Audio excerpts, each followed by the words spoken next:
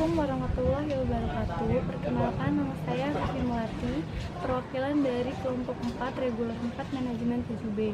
Di sini saya akan menerangkan tugas video tentang teori pengambilan keputusan dalam kondisi tidak pasti yang diampu oleh dosen Bapak Fuadi, Sarjana Ekonomi, Magister Manajemen.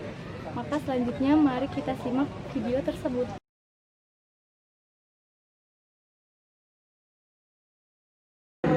Pengertian pengambilan keputusan dalam kondisi tidak pasti. Pengambilan keputusan dalam kondisi tidak pasti adalah pengambilan keputusan di mana terjadi hal-hal sebagai berikut. 1. Tidak diketahui sama sekali hal jumlah kondisi yang mungkin timbul, serta kemungkinan munculnya kondisi-kondisi itu.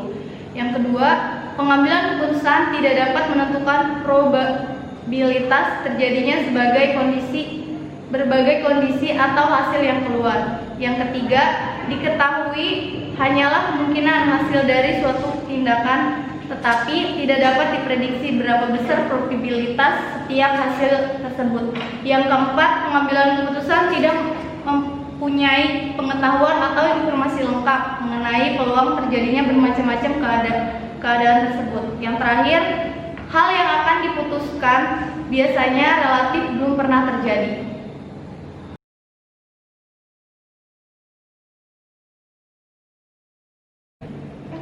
Selanjutnya, syarat kondisi tidak pasti. Ada beberapa alternatif tindakan yang visible atau dapat dilakukan. Nilai probabilitas masing-masing kejadian tidak diketahui, memiliki nilai payoff sebagai hasil komunikasi suatu tindakan dan kejadian tidak pasti tertentu. Selanjutnya akan dibacakan oleh teman saya.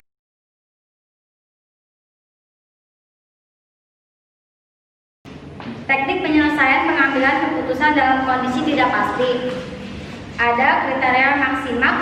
Pada kondisi ini mengambil keputusan dianggap sangat optimis, yaitu dipilihnya hasil-hasil terbesar dari alternatif-alternatif yang memberikan hasil maksimal dalam berbagai keadaan secara alamiah. Kriteria maksimal ini adalah kriteria yang tidak valid karena hanya mempertimbangkan hasil yang paling optimistik dan mengabaikan semua keadaan yang mungkin, payoff dan probabilitas yang lainnya. Dan ini contoh soalnya.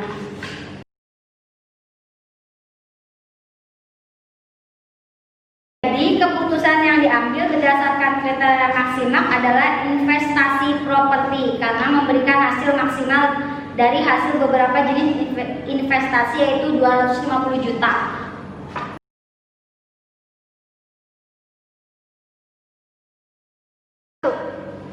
Kriteria maksimin pada kondisi ini mengambil keputusan dianggap sangat pesimis atau konservatif tentang masa depan, yaitu hasil terkecil untuk setiap alternatif dibandingkan dengan alternatif yang menghasilkan nilai maksimal dari hasil-hasil minimal yang dipilih atau memilih alternatif yang minimalnya paling besar.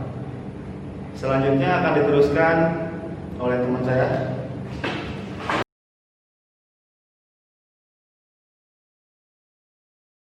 Contoh soal penyelesaian maksim. Jadi keputusan yang diambil berdasarkan kriteria maksim adalah investasi deposito karena memberikan hasil maksimal dari hasil minimum dari beberapa jenis investasi, yaitu 40 juta. Selanjutnya akan dilanjutkan oleh teman saya.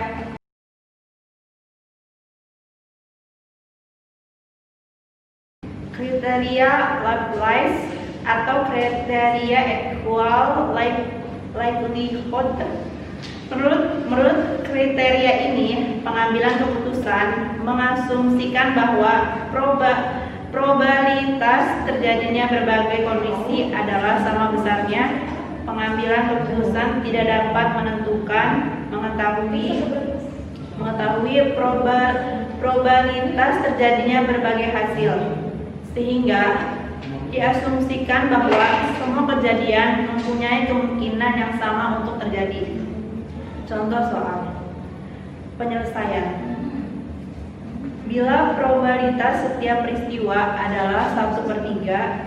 Dengan demikian, nilai tertimbang hasil investasi dari ketiga dipilih adalah obligasi, deposito, properti.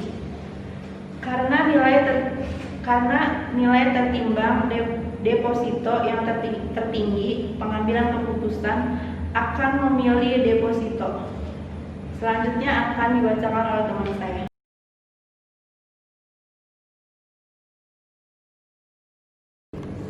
Selanjutnya, kriteria realisme atau kriteria Harwitz merupakan kriteria antara maksimal dan maksimis, antara optimis dengan pesimis. Kriteria realisme, hasil keputusan dikalikan dengan koefisien optimisme, yaitu alfa 0 kurang lebih 1. Jika alfa sama dengan 1 adalah sangat optimis, dan selanjutnya alfa sama dengan 0 adalah sangat pesimis. Ukuran realisme UR sama dengan hasil maksimas kali alfa ditambah hasil maksimas kali 1 min alfa. Berikut contoh soal dan penyelesaian realisme. Dan berikut hasilnya. Jadi UR yang tertinggi adalah 145, maka dipilih investasi properti. Selanjutnya akan dibacakan oleh teman saya.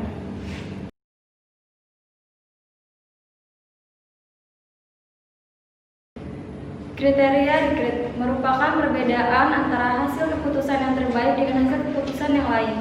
Pengambilan keputusan akan mengalami suatu kerugian apabila suatu kejadian terjadi menyebabkan alternatif yang dipilih kurang dari payoff maksimal.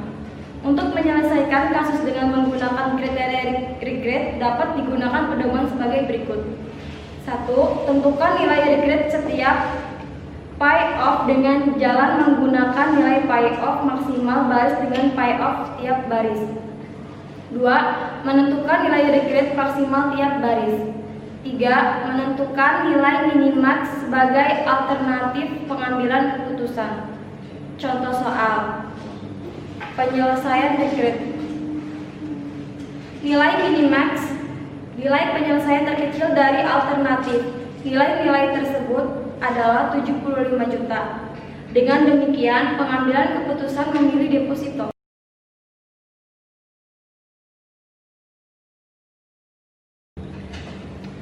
Pohon keputusan adalah diagram pilihan keputusan dan peluang kejadian yang menyertai keputusan, serta hasil dari hubungan antara pilihan dengan kejadian.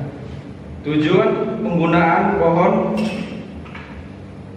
keputusan ini adalah untuk memudahkan penggambaran situasi keputusan secara sistematik dan komprehensif.